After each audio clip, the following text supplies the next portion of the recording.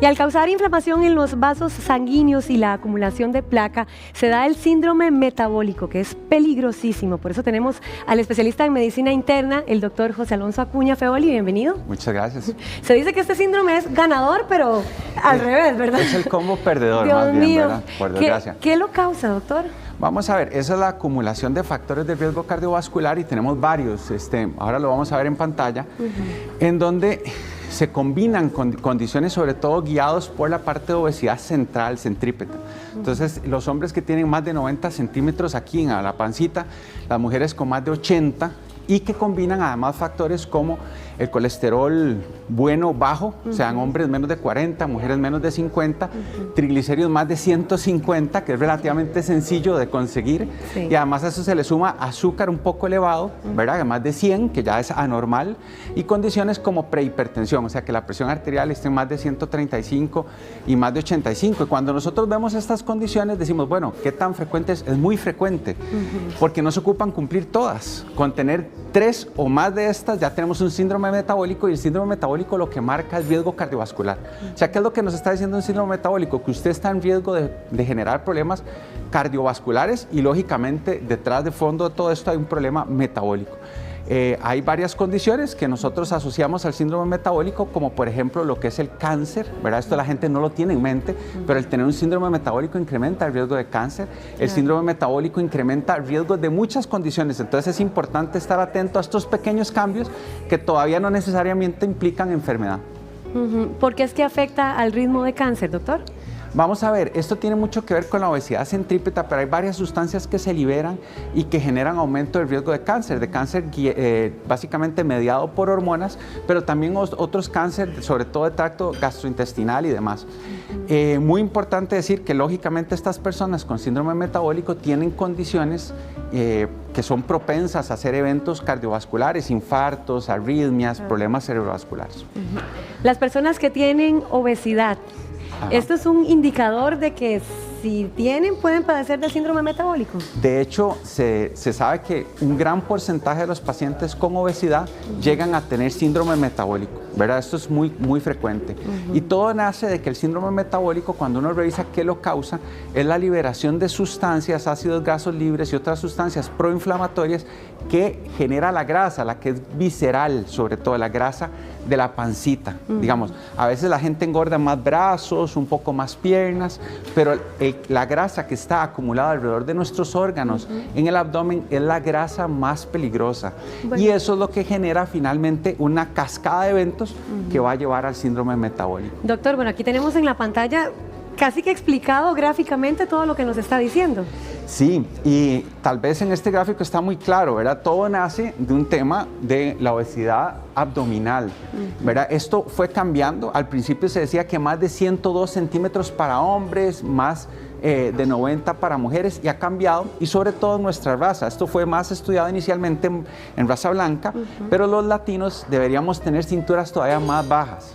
Entonces la mujer debería estar en 80 centímetros de cintura, ¿verdad? Medidas aquí en la zona alrededor del, digamos, como por donde pasa el ombligo, que ahí es la zona donde se mide la circunferencia abdominal, y en hombres la circunferencia abdominal menos de 90. Yo los reto en casa a que lo hagan con una cinta métrica y varios se van a asustar, porque es muy frecuente verlo. De hecho, para que tengan una idea, pacientes más de 60 años tienen más de la mitad llegan a tener este tipo de problema, y esto empieza a verse con problemas de azúcar, con problemas de prehipertensión, no necesariamente tienen que ser hipertensos, con problemas de triglicéridos, sobre todo triglicéridos altos, y el colesterol bueno o bajo, que es lo que marca el síndrome metabólico. Y también tenemos el problema ya, como hablábamos eventualmente, de todo este acumulado de condiciones que van llevando a enfermedades cardiometabólicas. Doctor, en esta pantalla tenemos cuatro factores, bueno, ya 5 con la obesidad en general.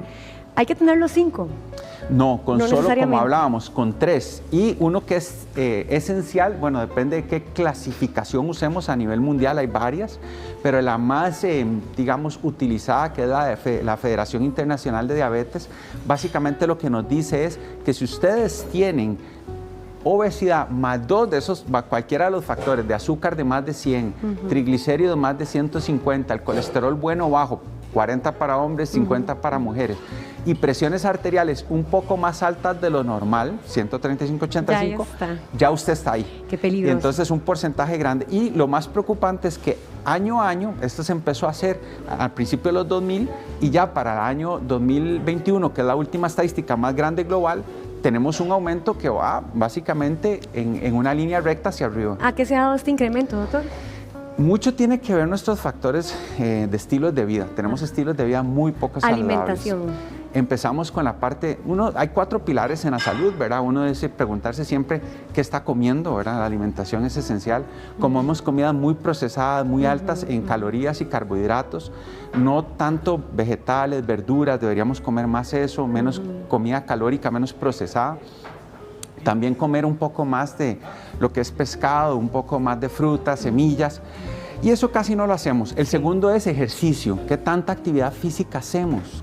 Y más que ejercicio como tal, ¿cuánto nos movemos? Soy una persona que pasa sentada en una silla, aunque yo haga 1 hora de ejercicio, pero mi trabajo me demanda estar 8 horas sentado, probablemente entre dentro de la definición de sedentarismo. Entonces tenemos que estarnos moviendo a través del día.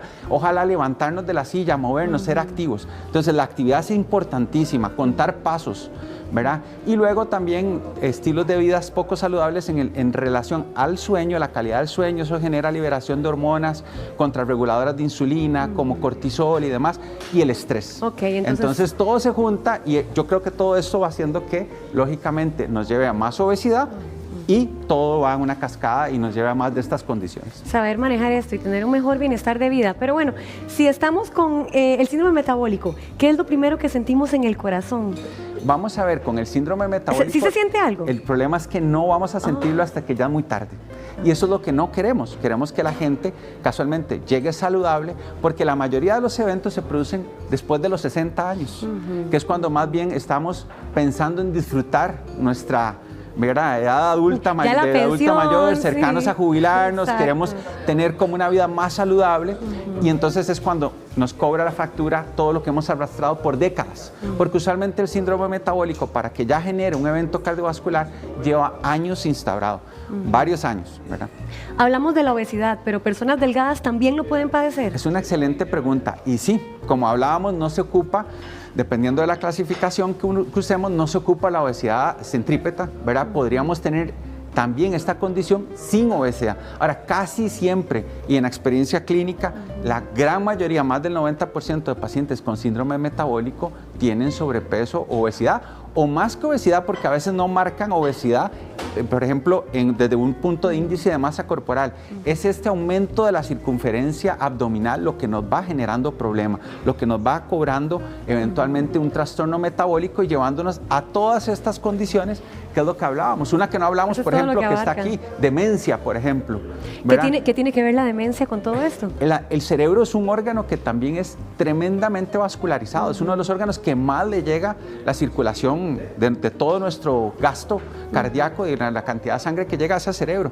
Los vasitos sanguíneos al cerebro se van afectando y empezamos a tener una alta probabilidad de incidencia de demencia vascular y además enfermedades degenerativas como el Alzheimer se han visto catapultadas o aceleradas por problemas metabólicos. Por ejemplo, no hablamos de hígado graso, por ejemplo, ovario poliquístico también, ¿verdad? Hígado graso es tremendamente frecuente y en algunos pacientes el hígado graso puede terminar llevándonos a, por ejemplo, una cirrosis. El ovario poliquístico, mujeres, por ejemplo, es una asociación muy fuerte y el ovario poliquístico lleva a más probabilidad de síndrome metabólico y viceversa. Los pacientes que entran en síndrome metabólico entran en disfunción desde el punto de vista ovárica. Entonces también hay cuestiones que tienen una relación fuerte y que a veces pasamos por alto. ¿Cómo están los niveles de los triglicéridos para una persona que tiene esta afección? Realmente no tienen que estar tan altos, con solo que estén por arriba de lo normal es 150 y con solo que estén por arriba de 150 ya entra dentro de un punto más a esos puntos que hablábamos, ¿verdad? Igual que el colesterol bueno simplemente tan bajo como 38, 39, muchos pacientes ya, hombres menos de 40 lo tienen y la mujer todavía lo tiene que tener más alto. La mujer tiende a tener el colesterol bueno, debería tener el colesterol bueno en más de 50, ya que lo tenga por debajo suma un punto más. Entonces vean que no son trastornos tan significativos y mucha gente que se hace controles anuales en sus laboratorios les aseguro que si empiezan a chequear esto y además se miden su circunferencia abdominal, empiezan a tener puntos para ir haciendo síndrome metabólico. Puntos a favor, no a favor. Exactamente, puntos en contra. A cuidarse muchísimo. Muchísimas gracias, doctor. Con Especialista en medicina interna, José Alonso Acuña Feoli. Continuamos con más.